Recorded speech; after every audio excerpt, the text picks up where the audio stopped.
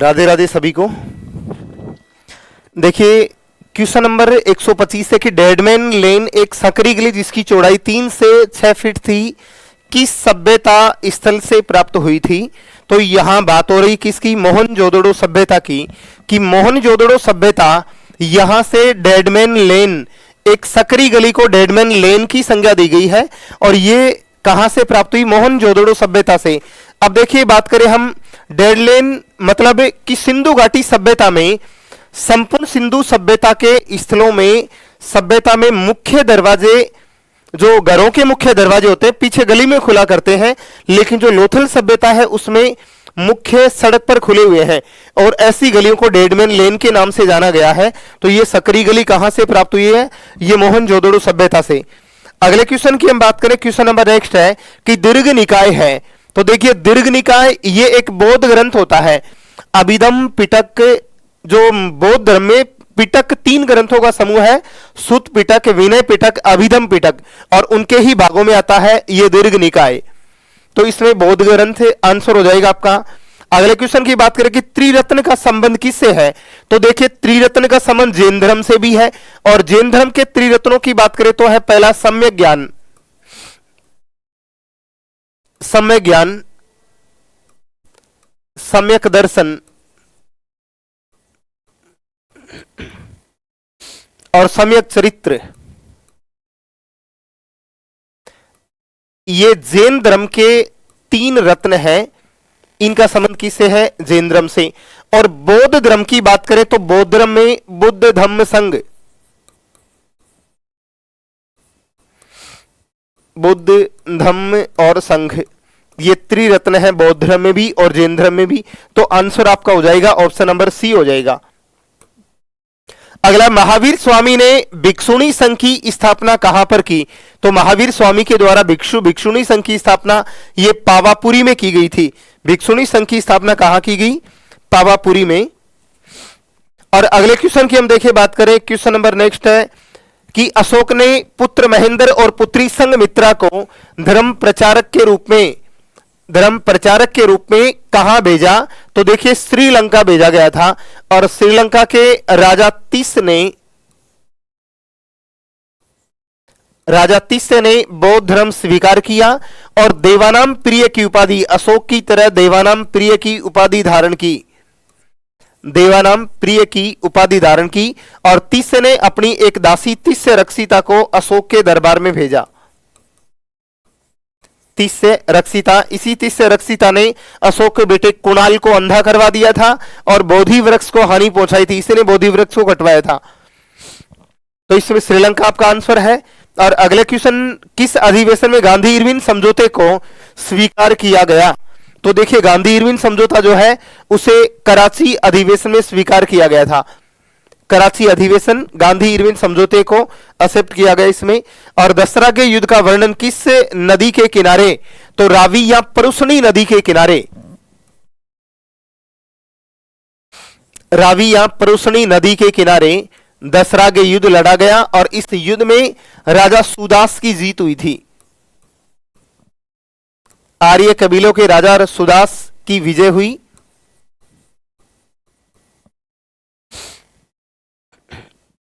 अशोक के अतिरिक्त किस मौर्य शासक ने देवानाम प्रिय की उपाधि। देखिए अशोक के अलावा देवानाम प्रिय की उपाधि एक तो राजा तिस्से, श्रीलंका के राजा तिस्से ने धारण करी, एक दशरथ के द्वारा की गई थी। तो इसमें मौर्य शासक की बात हो रही है तो यहां दशरथ हो जाएगा। तिस्से भी हो सकता है लेकिन ये कहां का राजा है, ये श्रीलंका का राजा है तिस्से, इसने भी देवानाम प्रिय की उपाधि धारण की। किस सुल्तान को दिल्ली सल्तनत काल का अकबर कहा जाता है। तो फिरोज तुगलक को दिल्ली सल्तनत काल का अकबर कहा जाएगा। अकबर की तरह धार्मिक और साहित्यिक कार्य, निर्माण कार्य किए थे इसने, दिल्ली में खूब सारे साहित्यिक कार्य भी किए हैं, इसलिए फिरोज तुगलक को सल्तनत काल का अकबर कहा जाएगा। आंसर की में ए लगा है, आप सी कर लेना भाई इसमें। दिल्ली के किस सुल्तान ने सर्वप्रथम भूमि पैमाइश करवाई थी। पैमाइश का मतलब होता है नाप जोख करना। भूमि पैमाइश का काम ये अलाउद्दीन खिलजी ने किया था। खिलजी ने दिल्ली में खूब सारे सुधार कार्य करवाए थे, जैसे सैनिकों को नगद वेतन देना, भूमि पैमाइश का काम करना, गुप्तचर विभाग का गठन करना, अमीरों का धन जब्त करना, गुप्तचर विभाग की स्थापना करना, कम मापतोल संबंधी सुधार, बाजार मूल्य नियंत्रण प्रणाली, घोड़ों को दागने की प्रथा। कांग्रेस का सूरत अधिवेशन पहले कहां होना निश्चित था? तो कांग्रेस का सूरत अधिवेशन पहले नागपुर में होना था, लेकिन किसी कारणवश से नागपुर में नहीं हो पाया और फिर ये कहां होता है? ये सूरत में होता है। अगले क्वेश्चन की बात करें कि निम्न में से कौन सी घटना सबसे पहले घटित हुई? तो देखिए, इनमें सबसे पहले घटित घटना हुई है बंगाल विभाजन 1905, खेड़ा सत्याग्रह 1918 में, चंपारण सत्याग्रह, ये चंपारण है यहां, ये 1917 में। भारत की स्वतंत्रता के समय ब्रिटेन का प्रधानमंत्री क्लेमेंट एटली,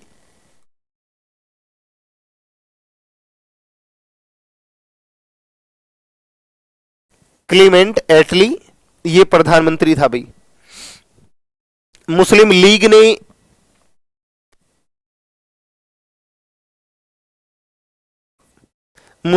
मुक्ति दिवस के रूप में कब मनाया?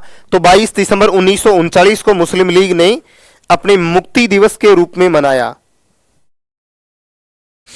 22 दिसंबर 1939 मुस्लिम लीग का मुक्ति दिवस। और लास्ट है कि चिनहट की लड़ाई का संबंध किस क्रांति से था? तो देखिए, चिनहट का जो युद्ध है ये लखनऊ की क्रांति से संबंधित है। बेगम हजरत महल के नेतृत्व में यहां लखनऊ में क्रांति हुई थी।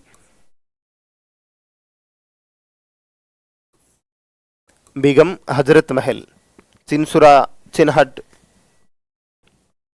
और कोई अपने प्रश्न है नहीं इतिहास के, इतने ही क्वेश्चन अपने इतिहास के।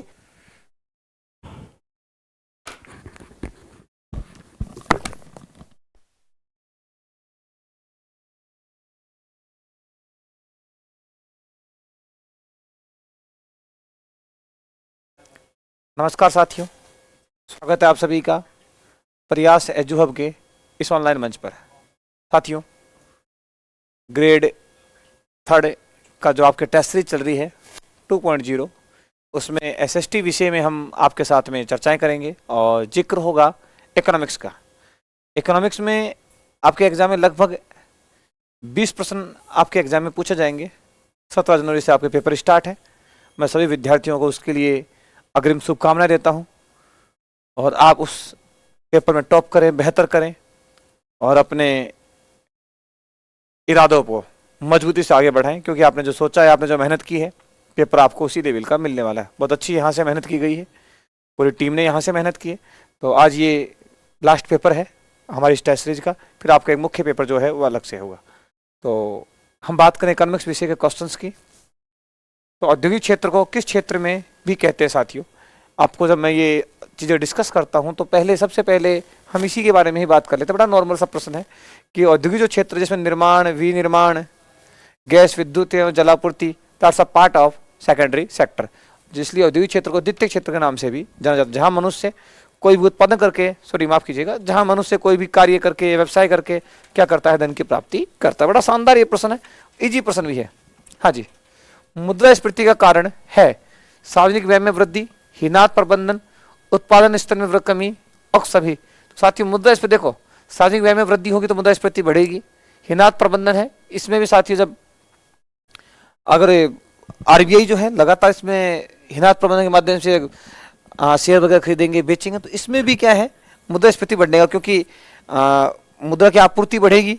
मुद्रा की आपूर्ति बढ़ेगी तो लोगों के पास पैसा आएगा तो मुद्रास्फीति दरें बढ़ेगी, क्योंकि वस्तुएं क्या हो जाएंगी? सीमित हो जाएंगी। तो उत्पादन स्तर में भी क्या होगी? कमी। तो साथियों, इसका मतलब डी इसका सही जवाब है, होने वाला है। चलिए नेक्स्ट, भारत में रेलवे लाइन का सर्वाधिक विस्तार किसके समय में किया गया? Lord Hardinge, Lord Hasting, Lord Curzon या ऑल ऑफ दीज या नन ऑफ दीज? साथियों, इसका जवाब होगा लॉर्ड कर्जन। वैसे भारत में जो रेलवे लाइन का जो प्रारंभ है या शुरुआत है भारत में रेलवे का, और लॉर्ड डलहौजी के काल में कहा जाता है, लेकिन सर्वाधिक जो विस्तार है वो 1998 से और 1905 के मध्य किया गया था। वो काल था लॉर्ड कर्जन का काल। तो इसका सही जवाब आएगा लॉर्ड कर्जन। चलिएगा, अगला प्रश्न है कि राष्ट्रीय उपभोक्ता आयोग में कुल कितने सदस्य होते हैं? साथियों, बार बार ये प्रश्न पूछा गया है। बात की गई राष्ट्रीय उपभोक्ता आयोग। तो राष्ट्रीय उपभोक्ता आयोग जो कि विवादों का निपटारा करने संबंधी ये संस्थान है, और इसमें कुल मिला के एक तो होगा अध्यक्ष, न्यूनतम सदस्य 4 होंगे, अधिकतम 11 होंगे, और ध्यान कर लीजिएगा इन अधिकतम में एक महिला सदस्य का होना आवश्यक है। किसका आवश्यक है साथियों?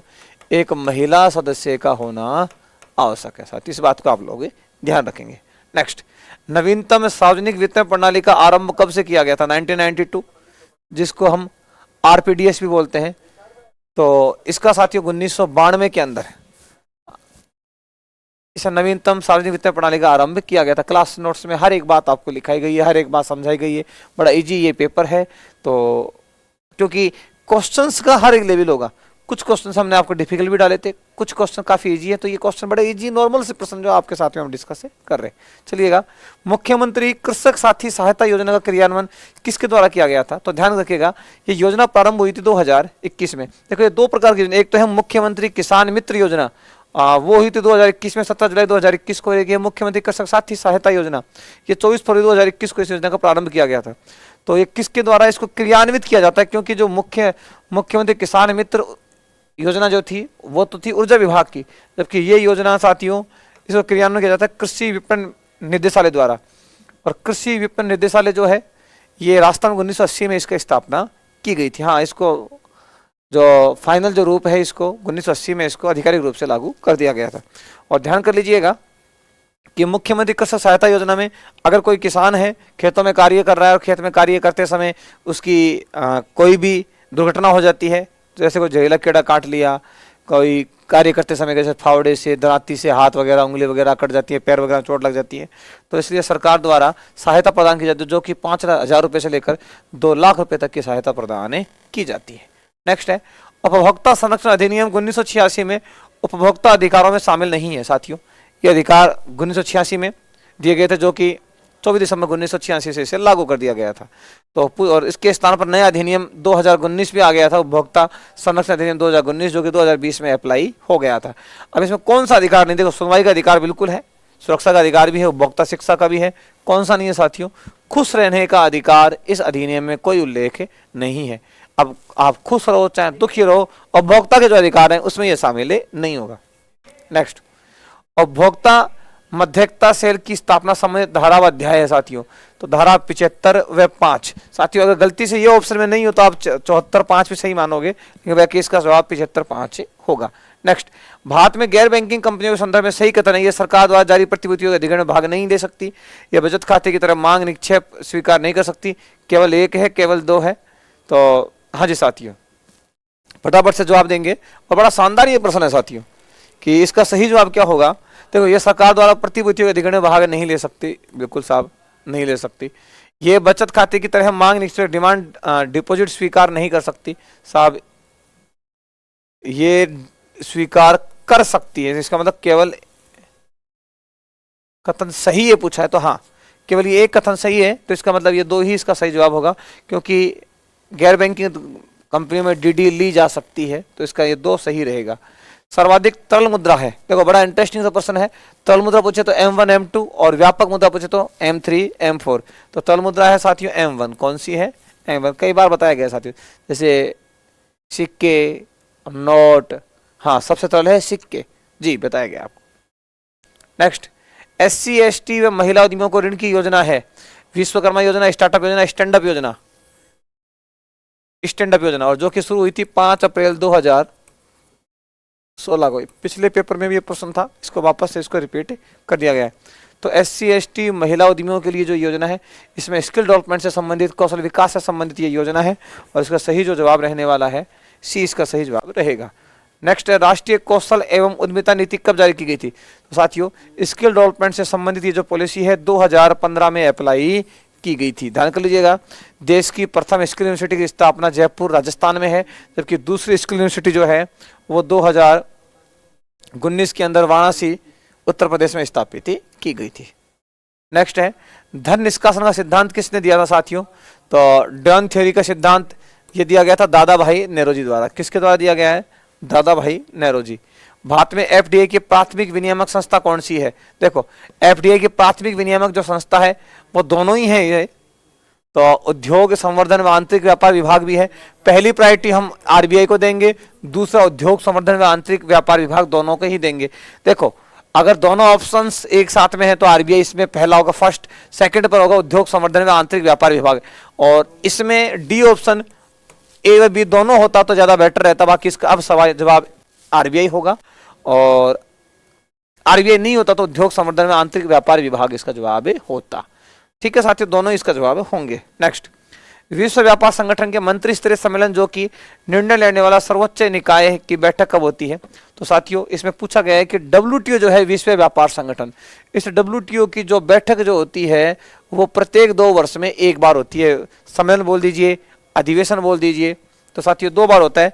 डब्ल्यूटीओ का पहला जो सम्मेलन हुआ था वो साथियों आयोजित किया गया था 1996 में सिंगापुर में। 13वां 2024 में अबू धाबी यूएई के अंदर आयोजित किया गया था, जिसमें डब्ल्यूटीओ में सदस्य राष्ट्रों की संख्या 164 से बढ़ाकर 166 कर दी गई थी। और 14वां जो है साथियों वो कैमरून में होने वाला है 2026 के अंदर। चलिएगा, डब्ल्यूटीओ के वर्तमान अध्यक्ष कौन है? तो साथियों डब्ल्यूटीओ जो वर्तमान अध्यक्ष हैं ये हैं Ngozi Okonjo Iweala. Ngozi Okonjo Iweala Nigeria की हैं और प्रथम महिला भी हैं। और ध्यान कर लीजिएगा साथियों, इनका कार्यकाल 2021 में प्रारंभ हुआ था, 2025 में समाप्त हो गया, और वापस 1 सितंबर 2025 से ये डब्ल्यूटीओ के दोबारा से क्या बन चुकी हैं? महासचिव बन चुकी हैं या अध्यक्ष बन चुकी हैं। तो वर्तमान में ये नाकोंजी ओकोंजा इवेली है जो कि 2029 तक अब रहने वाली है साथियों। तो अफ्रीका महाद्वीप की पहली हैं और महिला में भी ये क्या है? फर्स्ट है साथियों। तो इसका सही जवाब होगा ए। तो ये आपके साथ में इकोनॉमिक्स विषय के से जुड़े हुए प्रश्न थे। बाकी चर्चाएं हम आपके साथ में करते रहेंगे। आप सभी को आने वाला जो रीट का एग्जाम है उसमें आप अच्छे से दें, सिलेक्शन लें, परिवार का, समाज का, स्वयं का, देश का नाम रोशन करें। आप सभी को आपके उज्जवल भविष्य की हार्दिक शुभकामनाएं। धन्यवाद, थैंक यू। नमस्कार साथियों, स्वागत है आप सभी का प्रयास के इस ऑनलाइन प्लेटफॉर्म पर। सभी को गुड इवनिंग, राम राम। तो प्यारे साथियों, बड़े ही जबरदस्त तरीके से आप अपनी तैयारी में लगे हुए हैं और आने वाला जो रण क्षेत्र है वो आपको आपकी मंजिल तक पहुंचा सकता है। तो इसी कड़ी के अंदर 2.0 जो टेस्ट आप लोगों ने दिया उसके सॉल्यूशन को लेकर हम डिस्कस कर रहे हैं। तो पहला सवाल आप लोगों का था, यहाँ से सवाल पूछा है, देखो बड़ा आसान सवाल था कि 40 डिग्री उत्तरी अक्षांश और 140 डिग्री पूर्वी देशांतर की प्रति ध्रुवस्थ स्थिति क्या होगी। मैंने शायद आपको पहले भी इस प्रकार का एक सवाल पिछले टेस्ट के अंदर डिस्कस करवाया था और आपकी जांच के लिए फिर से साथियों ये सवाल जो है वो रखा गया। कितने डिग्री है? 140 डिग्री। कौन सा देशांतर है? पूर्वी। मैंने आपसे कहा था कि हमें बेटा 180 डिग्री में से घटा देना है जो देशांतर पूछा गया हो। ठीक है, जो देशांतर दिया गया हो ना उसको 180 में से घटाते ही अपना आंसर जो है वो निकल कर आ जाएगा। ठीक, जैसे अगर बात करें यहाँ पर इस सवाल को लेकर, तो जब आप 180 डिग्री देशांतर में से 40 डिग्री घटा दोगे, ठीक है, तो 40 डिग्री आपका आंसर आएगा। लेकिन अब वो 40 डिग्री कौन सा होगा, पूर्व होगा या पश्चिम, ये देखने के लिए अपने को क्या करना पड़ेगा, यहां देखना पड़ेगा क्या लिखा है, पूर्व लिखा है, तो फिर ये किस में होगा, आपके वेस्ट में होगा। अब आप देख लो 40 डिग्री पश्चिम जहां पर भी लिखा हुआ है ना वही आपके सवाल का जवाब है। तो ऑप्शन बी जो है साथियों वो इस सवाल का आंसर रहने वाला है। ठीक है, तो इस प्रकार से ये बड़ा ही आसान सवाल है, आप इजी वे में इसको कर सकते हैं। चलो अगले सवाल की बात करते हैं। नेक्स्ट जो क्वेश्चन है आपका, सूर्य ग्रहण कब होता है। तो बेसिकली सूर्य ग्रहण अमावस्या को होते हैं और अमावस्या का निर्माण कब होता है, जब आपका चंद्रमा सूर्य और पृथ्वी के बीच में आता है, उस कंडीशन के अंदर आपके किसका निर्माण होता है, अमावस्या का। ठीक है, तो सूर्य ग्रहण होते हैं किसको भाई, अमावस्या को। अमावस्या को बेटा और क्या कहते हैं, तो इसे युति भी कहा जाता है, इसे नवचंद्र कहा जाता है और इसे न्यू मून के नाम से भी जानते हैं। ठीक है, ये सभी अमावस्या के नाम है। और अमावस्या की स्थिति कब बनती है, जब आपका सूर्य और ये चंद्रमा और ये अपनी पृथ्वी। ठीक है, अगर पृथ्वी और सूर्य के बीच में चंद्रमा की स्थिति है तो सूर्य ग्रहण का निर्माण होगा। वो भी कब, जब ये चंद्रमा और पृथ्वी समान कक्षा तल में आ जाते हैं। ठीक, तब आपके ग्रहण का निर्माण जो है वो रहेगा। और एक चीज साथियों याद रखना आप लोगों को कि चंद्रमा और पृथ्वी के कक्षा तल में, चंद्रमा और पृथ्वी के कक्षा तल में 5 डिग्री 9 मिनट का क्या होता है साथियों, अंतर होता है। ठीक है ना, जब तक ये अंतर होगा तब तक ग्रहण का निर्माण नहीं होगा, और जब अंतर समाप्त हो जाता है उस कंडीशन में क्या होगा साथियों, ग्रहण का निर्माण होगा। ठीक है, ध्यान रखना। इसीलिए प्रत्येक अमावस्या और पूर्णिमा को ग्रहण का निर्माण नहीं होता है, कब होता है? जब आपके ये 5 डिग्री 9 मिनट का जो अंतर है वो समाप्त होगा तो ग्रहण का निर्माण होगा। ठीक है, तो इस सवाल का आंसर क्या करोगे आप लोग? देखो, सूर्य, चंद्रमा, पृथ्वी के एक परिक्रमण तल पर आने से इस ग्रहण का क्या होता है? निर्माण होता है। यहां देखो क्या लिखा है, सूर्य, पृथ्वी, चंद्रमा, मतलब पृथ्वी को ये बीच में ले रहा है। इस आधार पर यह सवाल का आंसर नहीं हो सकता। प्रत्येक अमावस्या को ग्रहण होते नहीं है, प्रत्येक पूर्णिमा को ग्रहण नहीं होते हैं। ठीक है, तो ध्यानपूर्वक विद्यार्थियों अच्छी प्रकार से आप इसको याद रखेंगे। चलो अगली बात क्या कह रहा है कि इनको अपने को मिलान करना है। देखो, एकांकागुआ आपके दक्षिण अमेरिका महाद्वीप का सबसे ऊंचा पर्वत है, तो एक के साथ इसको 4 मिला दो, और जब आपने 4 को मिलाया तो देखो 2 जगह 4 आ रहा है। चलो अगला देखते हैं, मेसोटा पठार है आपके यूरोप के अंदर, तो इसके साथ 3 को जोड़ो, तो 4 के साथ जुड़ा 3, और जैसे हमने 3 को जोड़ा तो ऑप्शन नंबर 4 जो है साथियों वो आपके सवाल का जवाब हो जाएगा। ठीक है, क्लियर, आसान से सवाल था। सेरेनगेटी जो मैदान है वो आपके कहाँ मिलेगा? अफ्रीका महाद्वीप के अंदर, तो इसको थोड़ा ध्यान रखना। और गिब्सन डेजर्ट ऑस्ट्रेलिया से संबंधित है। ऑस्ट्रेलिया में great Victoria, Gibson, Sandy, Simpson जैसे मरुस्थलों का विस्तार जो है वो हमें देखने को मिलता है। ठीक है, चलो अगला सवाल क्या है? सवाल कह रहा है कि पर्वत स्थिति सुमेलित नहीं है। एंडीज दक्षिण अमेरिका में, ग्रेट डिवाइडिंग रेंज अंटार्कटिका में। देखो साथियों, एंडीज जो है वो दक्षिण अमेरिका के अंदर स्थित है, विश्व की सबसे लंबी पर्वत श्रेणी है, 7200 किलोमीटर की लंबाई होती है।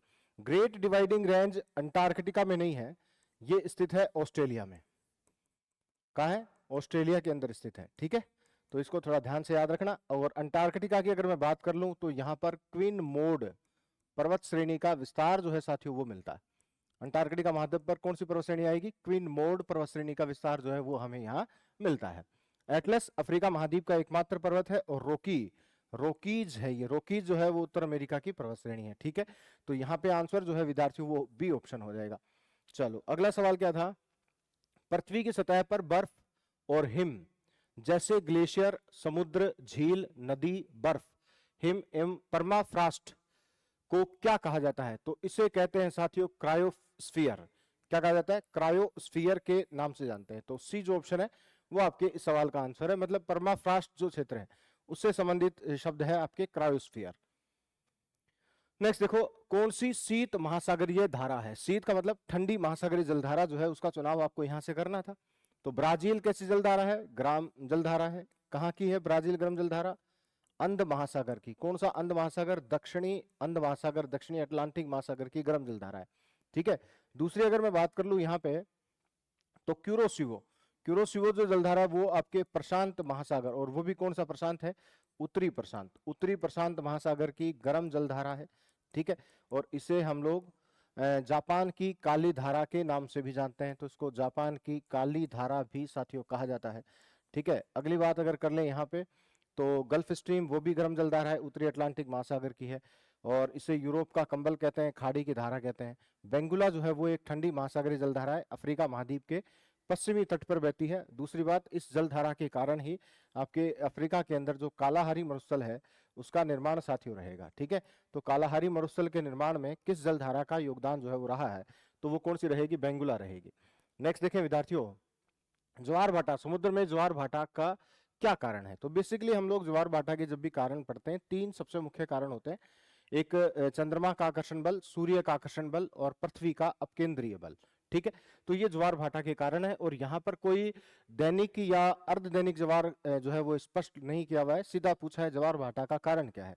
तो ज्वार भाटा का सबसे मेन, सबसे मुख्य जो कारण होता है वो होता है चंद्रमा का आकर्षण बल। तो देखो कहां लिखा है? चंद्रमा का आकर्षण या गुरुत्वाकर्षण शक्ति। ठीक है, तो ऑप्शन नंबर 4 जो है साथियों बिल्कुल सिंपल सा सवाल, और बाकी जो को ऑप्शन जो है उनका तो ज्वार भाटा से कहीं आसपास में ही कोई लेन देन ही नहीं है।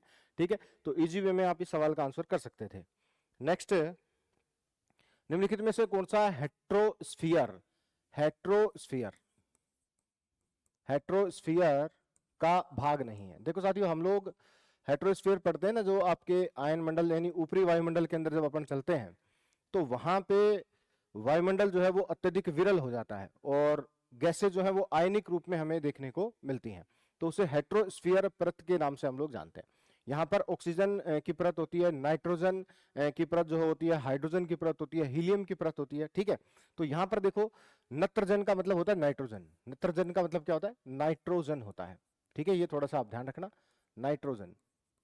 नत्रजन मानी नाइट्रोजन, ऑक्सीजन नाइट्रोजन की परत होती है, ऑक्सीजन की होती है, नत्रजन ऑक्सीजन की परत एक साथ नहीं होती। सी जो ऑप्शन है वो आपके सवाल का आंसर होगा। हीलियम की परत भी जो है वो पाई जाती है, और हाइड्रोजन की परत होती है ना। तो जो आयन मंडल में हम लोग गैसों का आयनीकरण पढ़ते हैं ना, उसी से रिलेट है ये। नेक्स्ट देखें, वैश्विक वायु प्रक्रम नियंत्रित होता है। तो विश्व की जो वायु पवन प्रणाली है वो किसके द्वारा नियंत्रित होती है? वायुदाब पेटियों के द्वारा। वायुदाब पेटियां अगर ऑप्शन में है तो ठीक है, नहीं है तो वायुदाब, तो देखो पहला ही ऑप्शन आ रहा है कि वायुदाब की पेटियों के द्वारा वैश्विक पवन तंत्र जो है वो साथियों क्या होता है? नियंत्रित होता है। और समुद्री धाराएं पवनों को नियंत्रित नहीं करती हैं, जबकि पवनों के कारण महासागरीय जलधाराएं उत्पन्न होती हैं। ठीक है, वर्षा भी पवन का परिणाम है, और उच्चावच जो है ये किसी से रिलेटेड नहीं करेंगे यहाँ वैश्विक पवन प्रणाली में। तो ऑप्शन ए जो है साथियों वो हमारे सवाल का आंसर होगा। कोरियोलिस बल, पृथ्वी की घूर्णन गति से उत्पन्न जो बल होता है, कारण क्या है इसका? कोरियोलिस बल का कारण क्या है? तो आप कहेंगे पृथ्वी की घूर्णन गति। पृथ्वी की घूर्णन गति जो है वो कोरियोलिस बल का कारण होता है। अब पृथ्वी जो है इस पर कोरियोलिस बल की सर्वाधिक मात्रा की अगर मैं बात कर लूं तो देखो अधिकतम पड़ता है।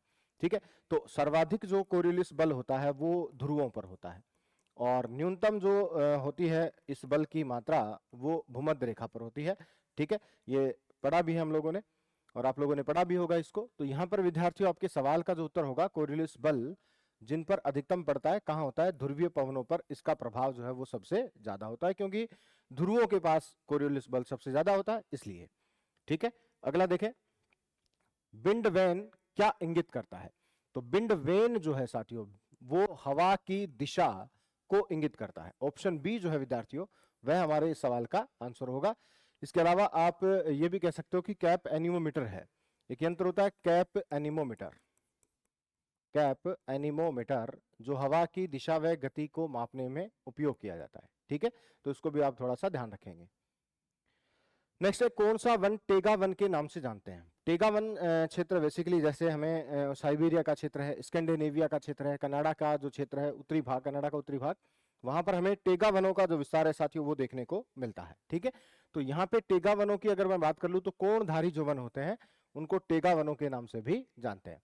और एक इसका इंपॉर्टेंट सवाल है कि कनाडा के जो टेगा वन होते हैं वहां पर लकड़ी काटने का काम करने वाले जो लकड़हारे होते हैं उनको लंबर जैक साथियों कहा जाता है। ये बहुत अच्छा सवाल है, तो इसको आप ध्यान से याद रखना कि लंबर जैक क्या होता है। तो कनाडा के टेगा वन क्षेत्रों में लकड़ी काटने का काम करने वाले जो लकड़हारे होते हैं उनको लंबर जैक के नाम से जानते हैं।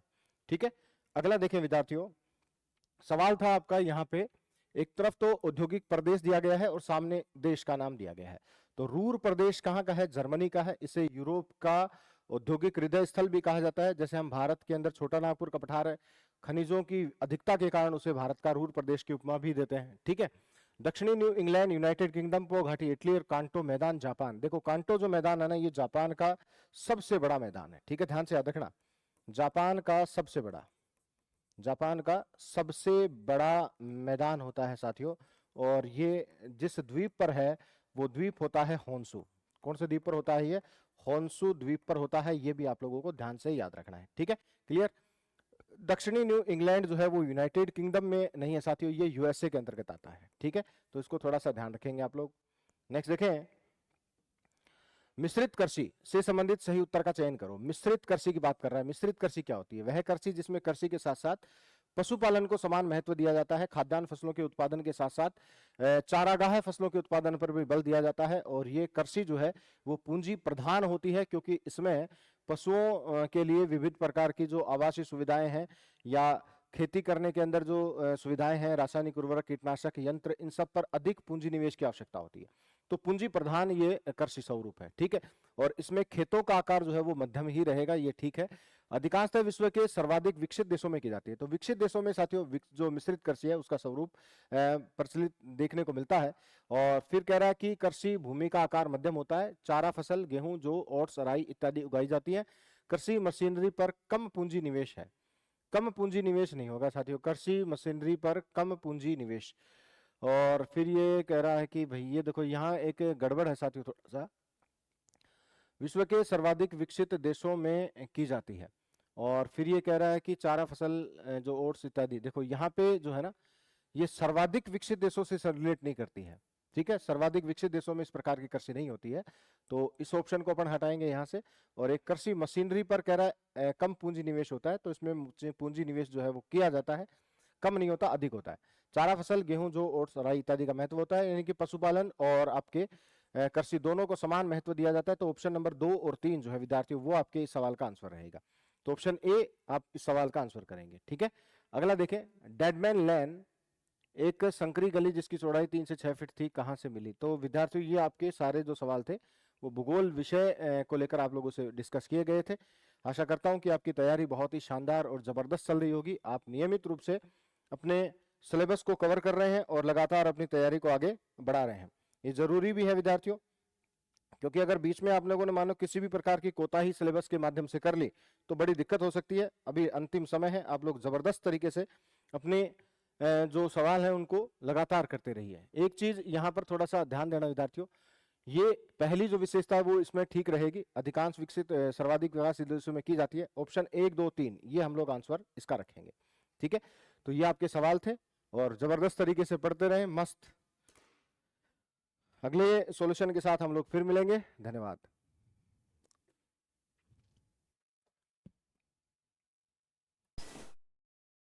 नमस्कार साथियों, जो पॉलिटिक्स से संबंधित जो प्रश्न है ये देख लेते हैं। मेरे दोस्तों, विचार व अभिव्यक्ति की स्वतंत्रता का संबंध किस मौलिक अधिकार से है? तो समानता का जो अधिकार है वो आर्टिकल कहाँ से कहाँ तक चलता है? आर्टिकल 14 से लेकर 18 तक चलता है। स्वतंत्रता का जो अधिकार है वो आर्टिकल कहाँ से कहाँ तक है? 19 से लेकर 22 तक है। शोषण के विरुद्ध अधिकार है ये आर्टिकल 23 और 24 में है। और धार्मिक स्वतंत्रता का जो अधिकार है वो आर्टिकल 25 से लेकर कहाँ तक चलता है? 28 तक चलता है। तो इसमें विचार व अभिव्यक्ति की स्वतंत्रता पूछ रहा है, तो इससे संबंधित जो आर्टिकल है वो आर्टिकल कौन सा है? तो 19 क में लिखा हुआ है विचार व अभिव्यक्ति की स्वतंत्रता, यानी व्यक्ति को स्वयं के विचार व दूसरों के विचारों को प्रसारित करने की क्या है? स्वतंत्रता है। तो इसका राइट आंसर बी हो जाएगा। अगले प्रश्न की ओर बढ़ते हैं मेरे दोस्तों। राजस्थान से वर्तमान में 18वीं लोकसभा में कितनी महिला सदस्य हैं? 1 है, 2 है, 3 है, 4 है? मेरे दोस्तों, आपने जरूर कभी नाम सुना होगा, लेकिन मंजू शर्मा का नाम सुना होगा। किसका नाम सुना होगा? मंजू शर्मा। मंजू शर्मा है मेरे दोस्तों, ये कहाँ से? तो ये जयपुर से सांसद बनी थी। उसके बाद में नेक्स्ट आपने कभी नाम सुना होगा, महिमा कुमारी का नाम सुना होगा। और ये महिमा कुमारी हैं, ये कहाँ से? तो ये राजसमंद से। और उसके बाद में नेक्स्ट आपने जरूर कभी नाम सुना होगा मेरे दोस्तों, संजना जाटव का। और ये संजना जाटव है, ये कहाँ से सांसद बनी थी? तो संजना जाटव है, ये भरतपुर से सांसद बनी थी। तो इसका जो राइट आंसर हो जाएगा वो सी हो जाएगा। अगले प्रश्न की ओर बढ़ते हैं मेरे दोस्तों। साधारण विधेयक पर आयोजित संसद की संयुक्त बैठक की अध्यक्षता कौन करता है? लोकसभा में बहुमत दल का नेता, राष्ट्रपति, लोकसभा अध्यक्ष, लोकसभा के महासचिव? तो इसका जो राइट आंसर होगा वो लोकसभा होगा। संयुक्त अधिवेशन बुलाने का कार्य कौन करता है? तो बुलाने का कार्य राष्ट्रपति करता है। और इसका जो प्रावधान है संयुक्त बैठक, वो आर्टिकल कौन से में लिखी हुई है? तो आर्टिकल 108 में लिखा हुआ है, संयुक्त अधिवेशन बुलाने की शक्ति। उसके बाद में नेक्स्ट अगले प्रश्न की ओर बढ़ते हैं। संविधान सभा की प्रारूप समिति व ड्राफ्टिंग कमेटी का गठन कब हुआ था? 9 दिसंबर 1946, 29 अगस्त 1947, 29 अगस्त 1946, 30 अगस्त 1947। तो इसका जो राइट आंसर होगा वो बी होगा। 29 अगस्त 1947 को प्रारूप समिति का गठन किया गया था।